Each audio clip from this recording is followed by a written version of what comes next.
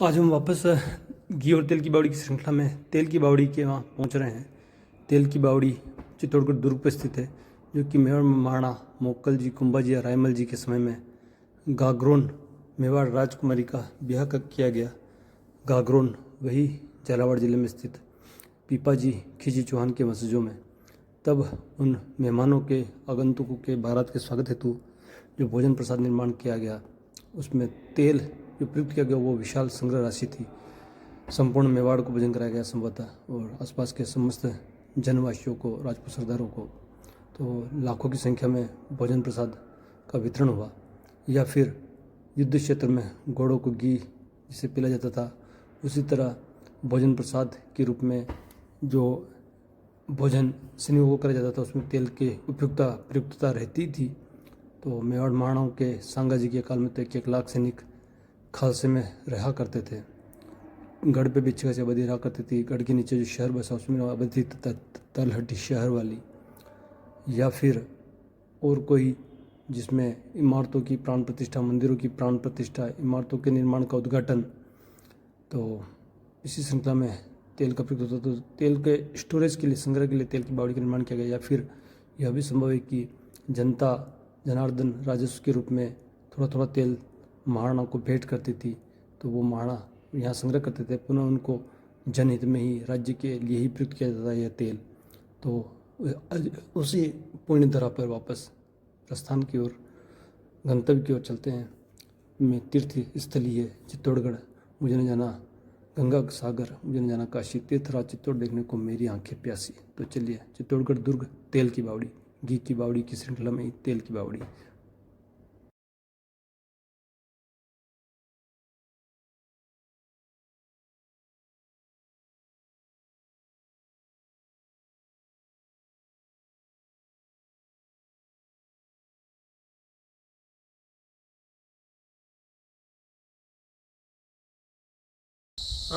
आज हम घी की बावड़ी की श्रृंखला में चित्तौड़गढ़ दुर्ग पर स्थित तेल की बावड़ी के संदर्भ में आए हैं। और तेल की बावड़ी घी की बावड़ी से जस्ट 400 मीटर की दूरी पर दक्षिण दिशा में विजय स्तंभ के पास में, विजय स्तंभ जो कि महाराणा कुंभा ने बनवाया था मालवा के सुल्तानों पर विजय के उपलक्ष्य में। तो चलिए पूछते हैं तेल की बावड़ी के बारे में। पिछली बार हमने आपको घी की बावड़ी के बारे में बताया था। अगर आपने उसकी लोकेशन, जैसा हेमंत जी सर ने बताया था, तो भाई उसके एक तरफ तो राज परिवार का महल यानी राजमहल और एक तरफ कुंभ श्याम मंदिर, ताकि उस घी, हम सुरक्षा किस चीज़ की करते हैं जो हमारे लिए महत्वपूर्ण होती है। तो घी की बावड़ी इस तरीके से बनाई गई कि चारों तरफ से उसकी सुरक्षा संभव हो सके। और अब मेरे पीछे आप देख सकते हैं, इधर है विजय स्तंभ। विजय स्तंभ के बिल्कुल निकट है तेल की बावड़ी। ये तेल भी उस समय कई चीज़ों के लिए प्रयुक्त तो होता था, या उन्हीं की वजह से इसको बनाया था। मेन तो एक पूरे किले पे आपने जब देखा होगा, इतना बड़ा किला है, इतनी मशालें जलती हैं, उन मशालों में ये तेल मुख्य रूप से काम आता था। दूसरा, शादी ब्याह का पर्पज़ हुआ ही हुआ। तीसरा, भाई किले पर पूरा नगर बसा हुआ है, सैनिक हैं, सबके भोजन पानी की व्यवस्था, आए दिन महोत्सव उत्सव होते रहते थे, उसमें तेल की व्यवस्था, उसके लिए ये तेल की बावड़ी बनाई गई थी। लेकिन आपको बताएंगे, जैसा हमने घी की बावड़ी का बताया था आपको, कि वो चारों तरफ उसका परकोटा ईंटों का बना हुआ है और नीचे ठोस चट्टानें हैं, ताकि घी का रिसाव ना हो सके, घी पूर्ण तरह सुरक्षित रहे। अब आपको तेल की बावड़ी की बनावट दिखाएंगे। तो तेल की बावड़ी के संदर्भ में निखिल सर ने से बताया, निखिल दादा ने बिल्कुल, ये डॉक्टर साहब है, मैनेजमेंट के MBA किया हुआ इन्होंने। तो मैनेजमेंट में MBA कर रखा, तो समझ गए मैनेज कैसे करते थे घी और तेल को। तो उन्होंने सही बताया एकदम, संपूर्ण चित्तौड़ नगर और हो सकता है चित्तौड़ राज्य में भी अगर तेल की आवश्यकता पड़ती हो किसी सामान्य व्यक्ति को, तो वो यहीं से ही आपूर्ति होती थी मेवाड़ के महाराणाओं की ओर से। और जैसा राजस्व के रूप में भी जो लोग धान के सहित घी और तेल देते रहे होंगे, तो वो भी यहाँ इकट्ठा होता।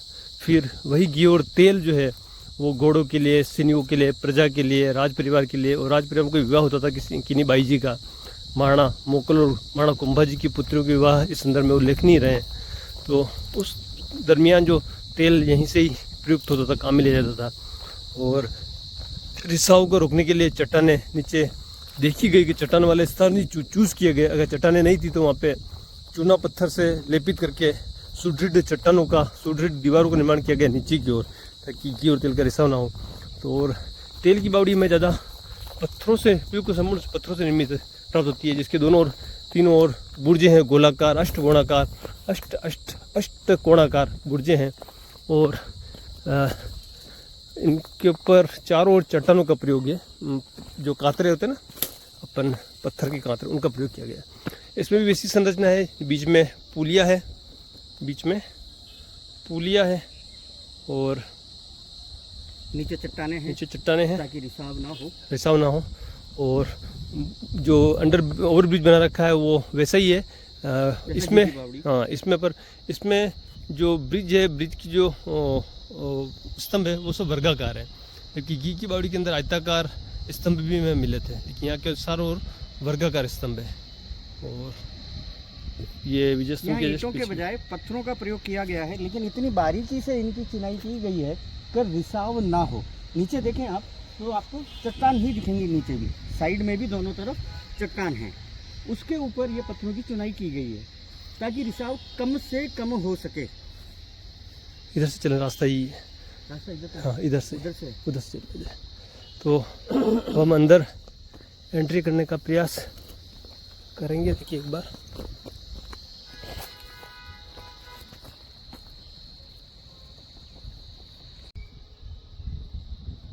घी की बावड़ी के लगभग 2 और सीढ़ियाँ हैं, 2 या 3 और सीढ़ियाँ, और 2 और उत्तर और दक्षिण दिशा में ढाणे हैं। ढाणों में बाल्टियों के माध्यम से, चड़स के माध्यम से तेल ऊपर खींचा जा सकता था। एक ढाणा तो ये दिखाई दे रहा है आपको, और दूसरा ढाणा बिल्कुल सामने की ओर, ये वाला। वो सीढ़ियाँ आप ये देख ही सकते हैं, ये सीढ़ियों का मुख्य प्रवेश द्वार था, जहाँ पे मंदिर की मूर्तियाँ भी प्राप्त होती है हमें। और एक ये वाला है, तो एक तरह से सामने वाला मंडप भी कहा जा सकता है। ये जो सामने मंडप भी स्थित है वो ढाणा नुमा ही है, मंडप कहा जा सकता है। तो चलिए चलते हैं नीचे की ओर। और ये गोलाकार बुर्ज है और अष्टकोणीय बुर्ज कह सकता है इसको, और इसके चारों परिखा भी है, हल्की हल्की सी चारों ओर। तो सार्वजनिक निर्माण कार्य, PWD वर्क जो कहते हैं गवर्नमेंट का, एक तरह से उसका एक भाग है ये PWD, पब्लिक वर्क्स डिपार्टमेंट।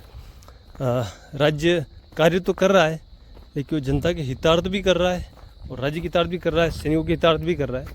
तो उसी तरह का ये जो कार्य है, हटना जाओ, तो ये जो कार्य उसी का एक हिस्सा है। ये देखिए अभी ढाणा, मैंने जैसे आपको बताया उत्तर दिशा की ओर, ये जो ढाणा जहाँ अपन खड़े थे पहले, ये उत्तर दिशा का ढाणा है। इसके चारों तरफ हाँ, ये जो 4 फीट की रास्ता है, खाई टाइप या रास्ता कह सकता हम इसको, चारों तरफ है। एक पानी की नालियाँ भी बनी हुई सर।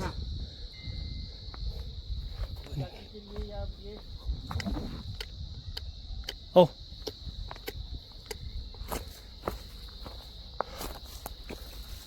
और ये देखिए, ये है इसके और ब्रिज कह सकता हूँ इसको, वर्गाकार, आयताकार भी, आयताकार है लेकिन बहुत कम है।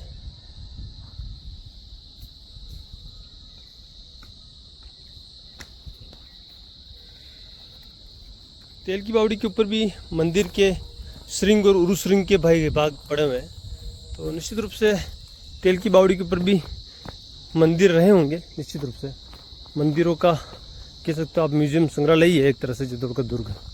मैं मुख्य प्रवेश द्वार से प्रवेश करूँगा, निखिल जी सीढ़ी से प्रवेश कर रहे हैं, मैं आपको बताऊँगा इसका मुख्य प्रवेश द्वार। और यहाँ देखिए ये लेटर पीरियड का रिकन्स्ट्रक्शन है। बाद में जब बावड़ी बिखर रही होगी तो महाराणा सज्जन सिंह जी और फतेह सिंह जी के टाइम पीरियड पे लोहे की जो ये नक्कालें हैं या किले हैं, उनके माध्यम से एक सीढ़ी, एक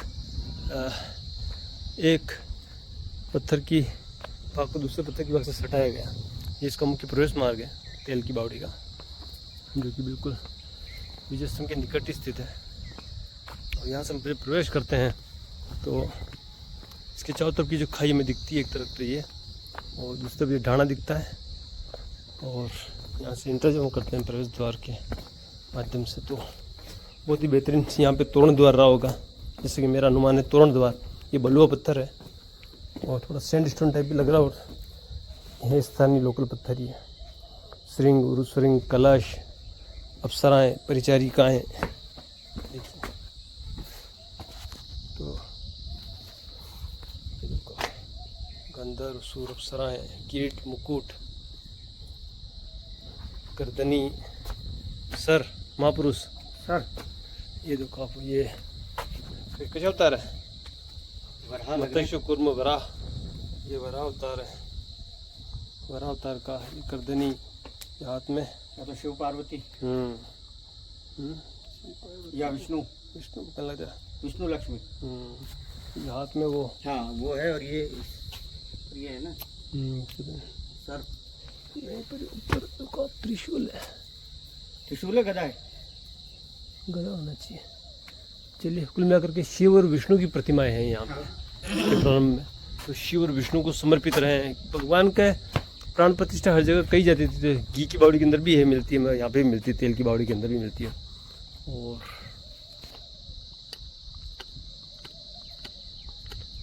ये है तेल की बावड़ी। आइए, घी की बावड़ी में उतर नहीं पाए निखिल जी नीचे, क्योंकि निखिल जी का शरीर थोड़ा भारी है, छोटा भी है। भारी शरीर है, तो बेचारी बावड़ी और नीचे दब जाती बेचारी। तो इन्होंने कृपा करी।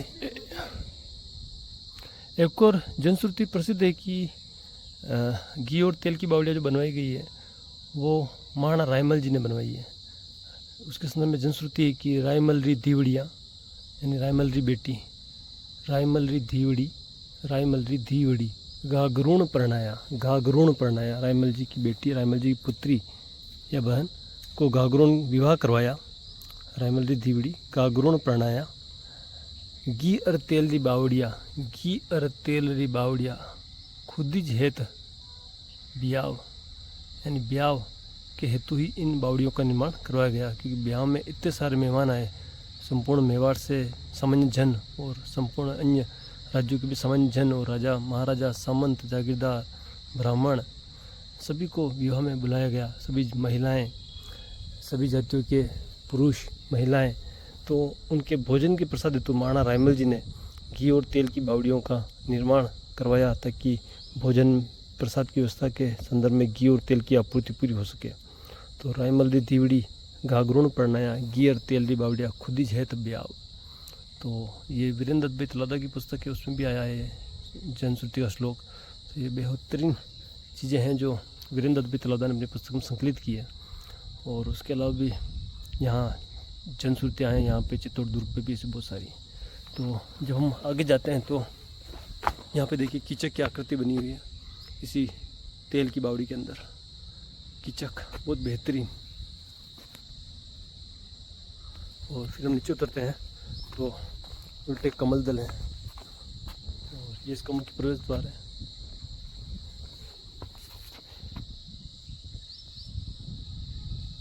और ये इसका दक्षिण दिशा का ढाणा है।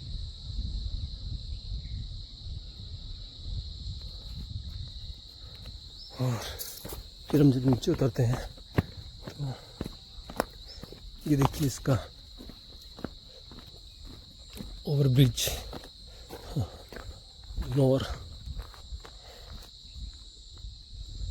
दोनों ओर सर सामने, दोनों ओर वर्गाकार स्तंभ है, आयताकार स्तंभ है। तो ये भी दो भागों में बटी हुई प्रतीत होती है, लेकिन सही चीज़ यही है कि यहाँ से आप घी और तेल आराम से निकाल सकते हैं। ये तेल की बावड़ी है और एक प्रतिमा, और यहाँ पे भी अन्य तरह की शिव और विष्णु प्रतिमाएं प्राप्त होती है। किरीटधारी है ना, गदा, पद्म, पुष्प, त्रिशूल। ये देखिए आप, ये अपना मंदिर में जो लगता है इसको कहते हैं हम चौकोटी। और ये शेषशाही विष्णु की प्रतिमा प्राप्त होती है, जो विष्णु भगवान है। शेषशाही विष्णु प्रतिमा,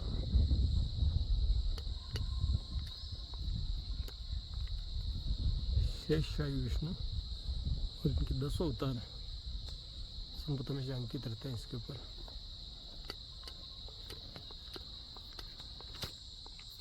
तो कह सकते हैं घी और तेल की बावड़ियाँ ऐसी बावड़ियाँ नहीं थी हैं, एक तरह से ये भी देवी स्थल थे।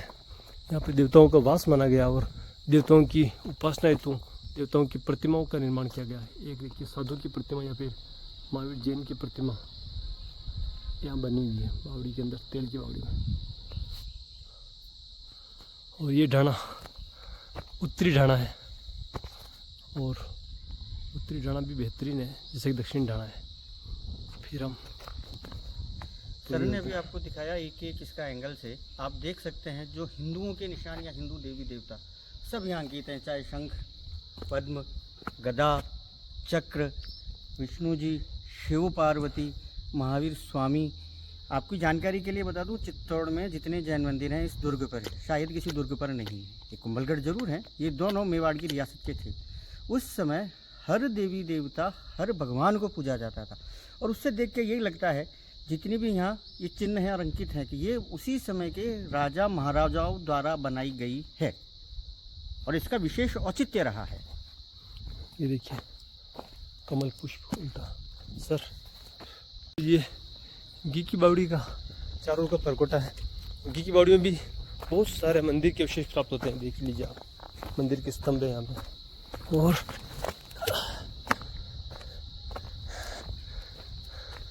ये देखिए आप, ये बड़े बड़े स्तंभ हैं।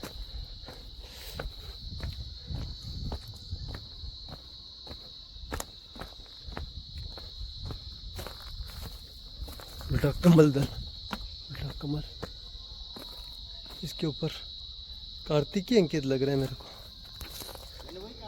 कार्तिकेय भगवान लग रहे हैं, मोर के ऊपर है।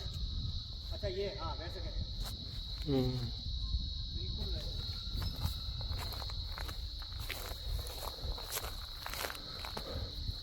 और ऊपर का ढाणा चलना है। हटना वो ऊपर ढाणा देख ला। और ये देखिए ये एक और प्रतिमा है।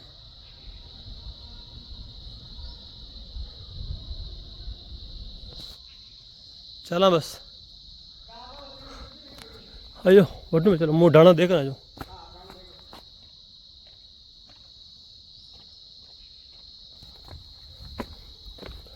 हम सीढ़ी से दूसरी ओर चढ़ जाएंगे तो प्रतिमा है पूरा प्रतिमा विज्ञान का जैव गैर संग्रहालय है बावड़िया में। तो घी की बावड़ी भी महाराणा रायमल जी के काल की कही जा सकती है जनश्रुति के अंतर्गत। और मुझे महाराणा मोक्कल जी और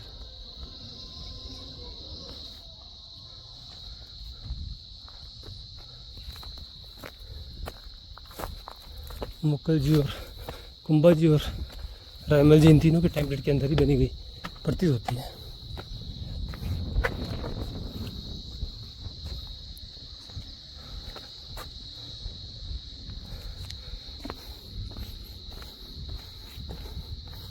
ये इसका ढाणा बोट पूरी ऐसी है। अभी तक भी जो जल यहाँ पे कभी संग्रहित रहा होगा उस जल की सुवास है यहाँ पे अभी तक भी। दोनों प्रवेश द्वार है, ये प्रवेश करने का और ये पश्चिम मुखी। प्रतिमाएं हर तरफ हर दिशा में स्थित है। मुझे एक और प्रतिमा नजर आई, देखिए 1 2 3। ये हो सकता है दिग्पाल रहे हो, भी हो सकता है।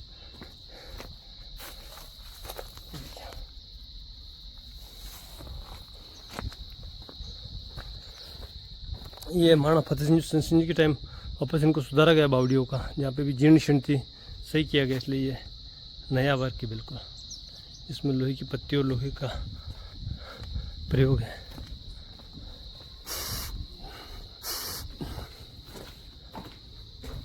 ये देखिए ये कीचक आकृतियाँ चतुष्कोणीय पे निर्मित है।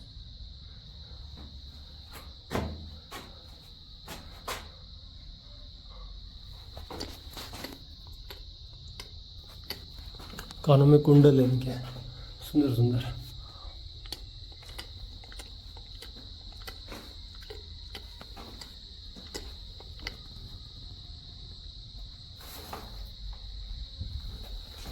ये इसका ढाणा है। चलिए, माणल का मोकल जी, कुंभा जी और रायमल जी के टाइम की स्मृति है ये बावड़ी। ये देखिए ब्रह्मा जी की प्रतिमा भी है, त्रिमुखी।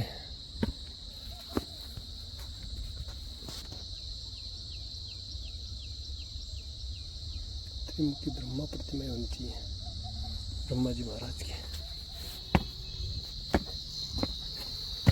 और अब आ गए हम बावड़ी के सबसे ऊपर तल पर।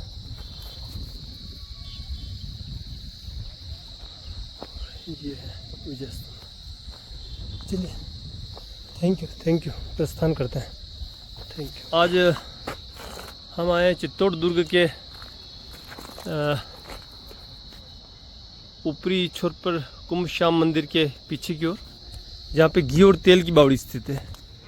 और घी की बावड़ी तो स्थित है कुंभ श्याम मंदिर के पीछे, और तेल की बावड़ी स्थित है विजय स्तंभ के नीचे की ओर।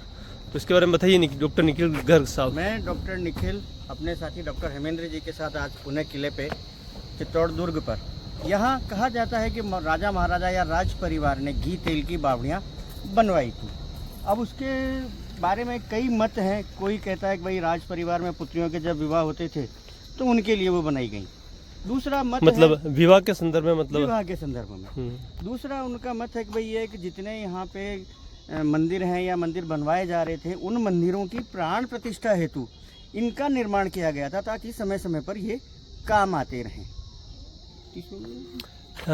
तो जैसा कि निखिल भाई साहब ने बताया ना, घी और तेल की बावड़ी निर्मित रही है यहाँ। घी की बावड़ी तो निर्मित रही है कुंभ श्याम मंदिर के पीछे की ओर, और तेल की बावड़ी है वो विजय स्तंभ के जस्ट पीछे। और ये घी के देख पाए तो ये शायद इन पेड़ों के बीच में से आपको दिखेगी, वही है ये तेल की बावड़ी है। तेल की बावड़ी। घी की बावड़ी पे आपको अभी ले चलेंगे। सामने है ये जटाशंकर महादेव मंदिर।